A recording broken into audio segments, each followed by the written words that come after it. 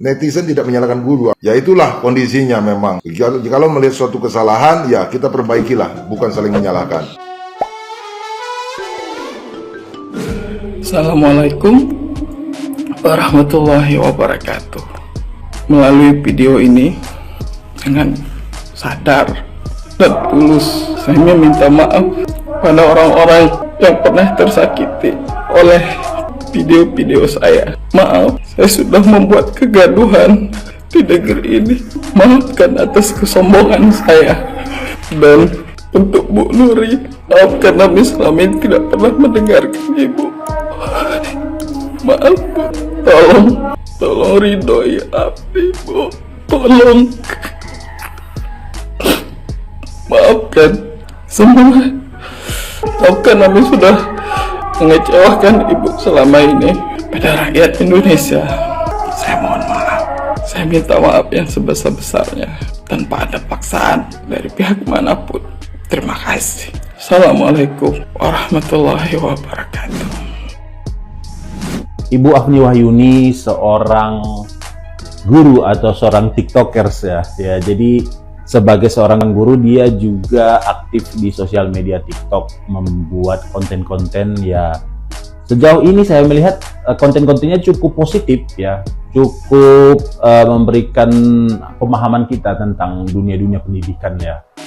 Nah, cuman ada 1-2 video yang menyulut amarah netizen sehingga beliau mendapatkan cacian dari khalayak ramai ya, karena statement-statement beliau ya. Saya tidak ingin secara detail ya, cuman saya tadi mengecek akunnya beliau sudah di private ya, jadi saya tidak bisa melihat lagi titik-titik terbarunya ya. Jadi sebenarnya miris ya, kita sebenarnya seolah-olah diadu domba antara orang tua dengan guru ya.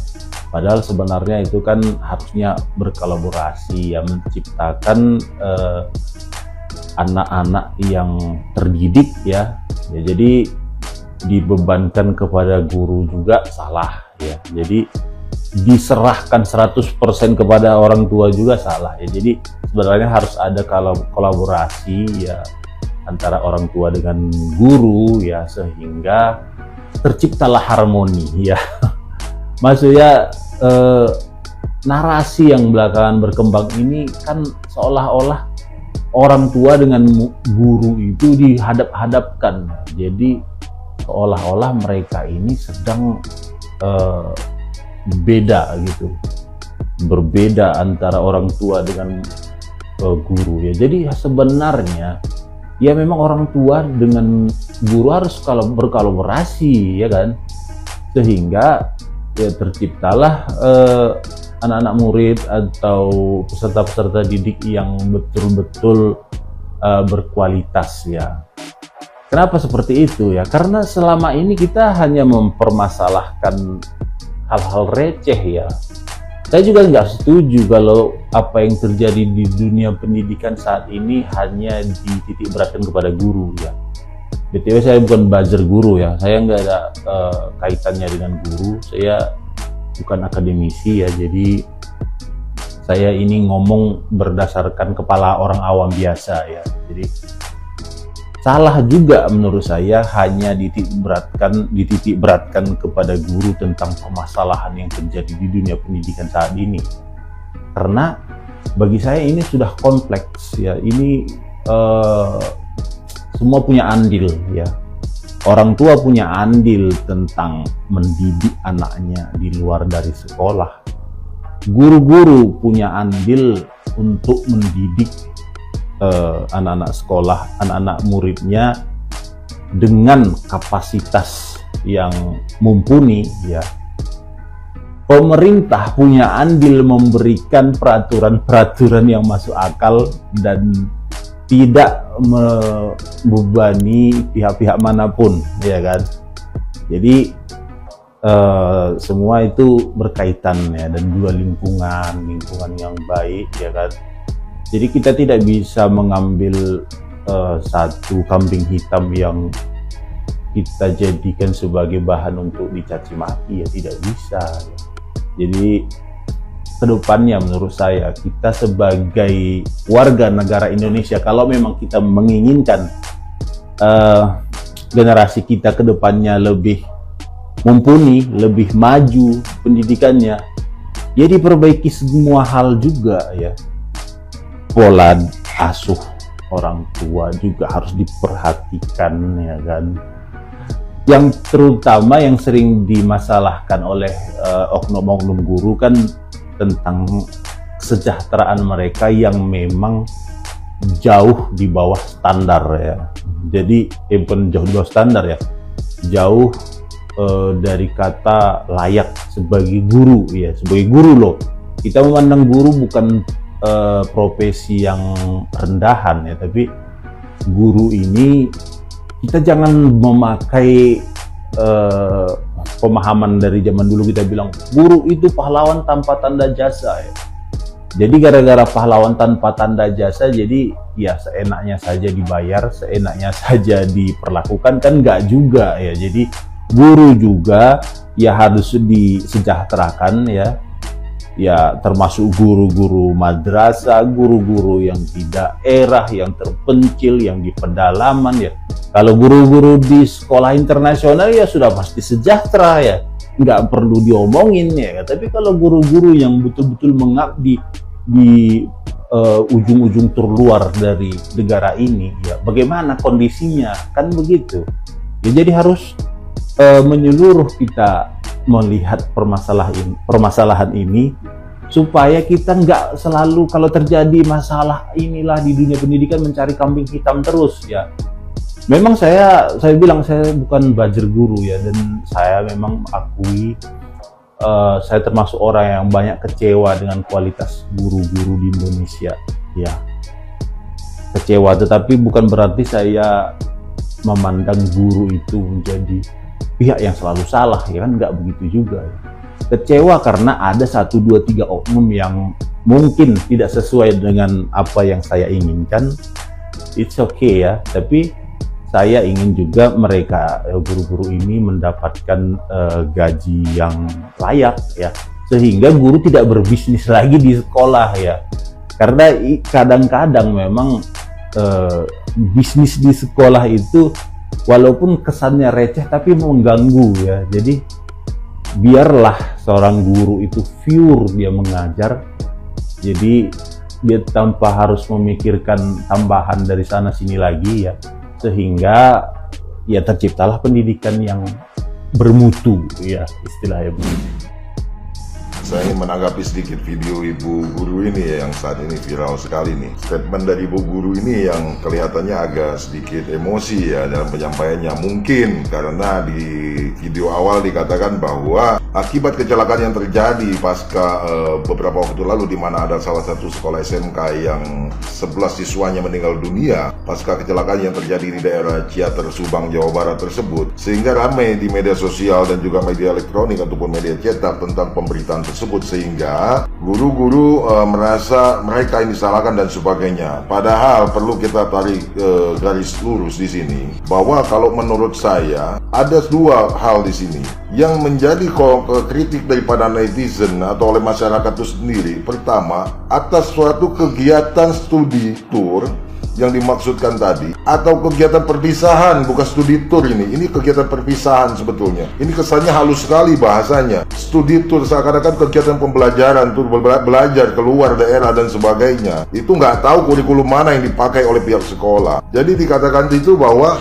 yang dikritik oleh masyarakat, oleh orang tua siswa, itu adalah kegiatan studi tournya, bukan menyalahkan pasca kecelakaannya. Kecelakaan itu betul terjadi. Jikalau ada pihak-pihak yang merasa dirugikan, maka boleh ngambil sikap tindakan secara hukum, seperti ditemukan kemarin. Contoh, bahwa bus tersebut atau bis tersebut sudah tidak layak jalan. Kenapa? Karena kirnya sudah mati sejak bulan Desember 2023. Artinya ada pelanggaran yang dilakukan oleh pihak PO, pemilik daripada bus tersebut. Kedua, bahwa bus tersebut juga dilakukan upgrade. Artinya tadinya itu bus-bus dalam kota yang di-upgrade menjadi bus pariwisata, dan perizinan yang dikeluarkan Dinas Perhubungan pun itu adalah bus untuk antar kota dalam provinsi. Sedangkan kita mengetahui bahwa bus tersebut ada bus yang ada di Jawa Tengah yang digunakan ke daerah Subang, Jawa Barat, kemudian untuk mengantar siswa tersebut untuk perpisahan ke daerah Ciater. Ada beberapa kejanggalan saya juga di situ.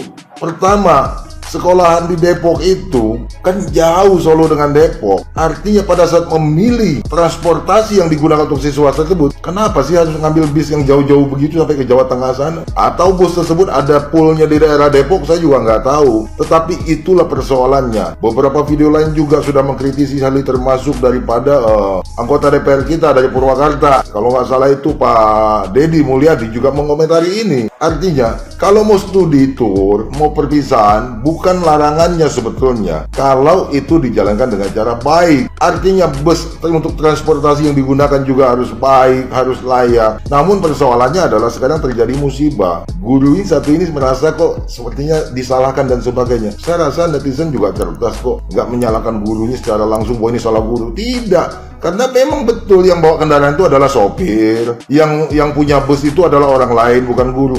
Tetapi pihak penyelenggaranya yang memfasilitasi kegiatan tersebut adalah guru dan pihak kepala sekolah. Karena yang punya kewenangan untuk kegiatan itu adalah kepala sekolah. Komite hanya sebagai tenaga pembantu atau pada rekanan yang ditunjuk oleh pihak sekolah mewakili para orang tua siswa. Sedangkan yang membayar kegiatan ini murni adalah orang tua siswa itu sendiri. Bahkan dipaksakan. Angkanya cukup membebankan daripada siswa itu sendiri dan orang tuanya. Padahal mereka ini juga ingin menempuh pendidikan selanjutnya. Butuh biaya yang banyak. Namun diterapkan oleh pihak sekolah terkadang harganya yang tidak masuk akal dan tidak wajar. Kami dengar kemarin informasi, terlepas benar atau tidak, dikatakan bahwa biaya tur tersebut adalah 400.000. Mungkin beberapa banyak siswa yang sanggup untuk itu, dan saya yakin juga banyak juga siswa yang keberatan dengan hal itu. Namun kalau pihak sekolah memperlakukan hal itu menjadi suatu kewajiban dan harus membayar, ini persoalannya. Sehingga angka yang ditetapkan tadi dengan nominal seminim mungkin, menggunakan transportasi pun dengan harga yang murah seminim mungkin, sehingga keselamatan tidak pernah diperhatikan lagi di situ. Kalau dibilang jalan-jalan perpisahan, ya senanglah semua juga, artinya itu momen dan sebagainya. Tapi perhatikan keselamatan dan efektivitas daripada kegiatan tersebut untuk apa sebetulnya. Kalau untuk seremoni sekedar perpisahan, bisa dilakukan di sekolah. Kurang lebihnya sih seperti itu.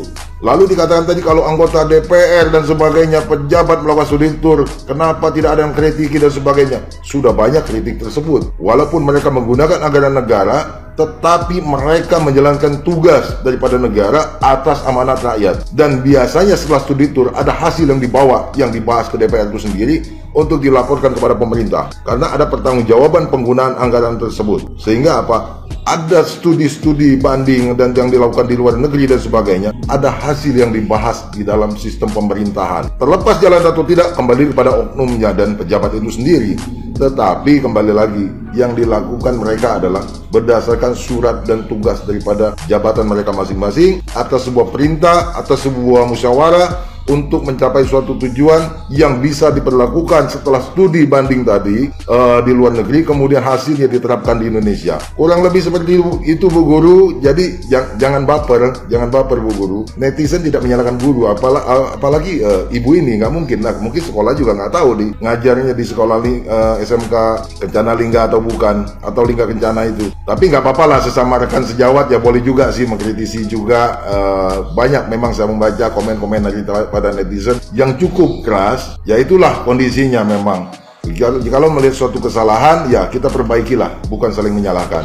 Saya katakan bahwa kalau bus tidak layak jalan, tidak ada maintenance secara rutin, kir sudah mati dan sebagainya, sopir pun saya katakan tadi berhak kita katakan tidak bersalah. Kenapa? Karena alat yang digunakan transportasi tadi kalau memang tidak sesuai prosedur, tidak standar dan cenderung membahayakan, bukan cuma penumpang, termasuk sopir itu sendiri bisa menjadi korban atas sebuah perusahaan yang tidak memfasilitasi dengan baik, sedangkan dia mempekerjakan orang lain. Itu pencerahan dari saya. Terima kasih. Wassalamualaikum warahmatullahi wabarakatuh.